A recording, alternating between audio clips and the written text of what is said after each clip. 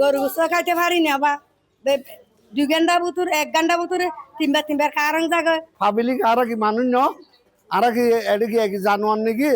আগে দেখা যেত দিনে যে লোডশেডিং হয় সর্বোচ্চ 1-2 ঘন্টা বা 1 ঘন্টা করে দিনে 3বার করে লোডশেডিং হতো। এখন দিনে প্রায় 14বারের উপর লোডশেডিং হচ্ছে। প্রায় 14 ঘন্টা যদি 24 ঘন্টা 14 ঘন্টা যদি কারেন্ট না থাকে মানুষ থাকবে কিভাবে, চলবে কিভাবে? মনে করেন একটা পড়াশোনার একটা ব্যাপার আছে, তার সামনে এইচএসসি পরীক্ষা, স্টুডেন্টদের একটা পড়াশোনার ব্যাপার আছে, অনেকে অনলাইনে ক্লাস করতেছে, একটা প্রিপারেশনের ব্যাপার আছে পরীক্ষার আগে। তো এই ক্ষেত্রগুলো বিবেচনা করে যদি এই লোডশেডিংটা কমানো যায় বা এই লোডশেডিং একটা ব্যবস্থা করা যায়, সেক্ষেত্রে আমাদের এলাকার সবাই একটু উপকৃত হবে এবং যারা সামনে এসএসসি পরীক্ষার্থী আগামী ভবিষ্যৎ তারাও একটু উপকৃত হবে।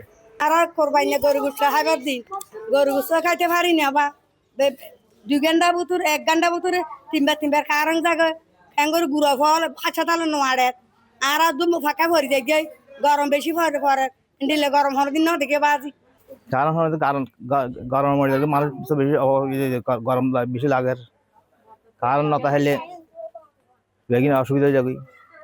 ব্যবসা করতে জিনিসপত্র ঠান্ডা করে নেওয়া হয় আর কি, 30 লাখ মধ্যে ঠান্ডা করে নেওয়া হয়। ফলে মানে তো রাতে মোর তো যে কারণ না থাকে মোরের ফল হলে সমস্যা।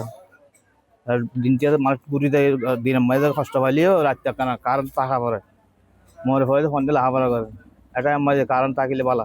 এখন সরকার আইয়েরে আংরারে বিদ্যুৎ দিগুলো ওইয়েরে গিয়া সরকার আসিল দিয়া হদে তোমারা জগই এই সমস্যা তারা কষ্ট না পাই।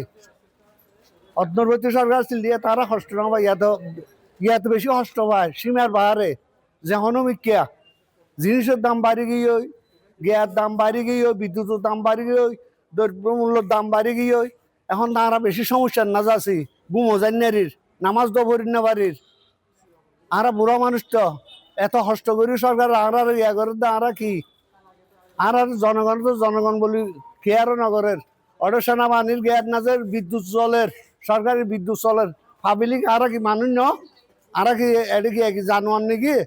10-15 মিনিট টাকা দে 10-15 মিনিট টাকা দে কারণ আবার জাগই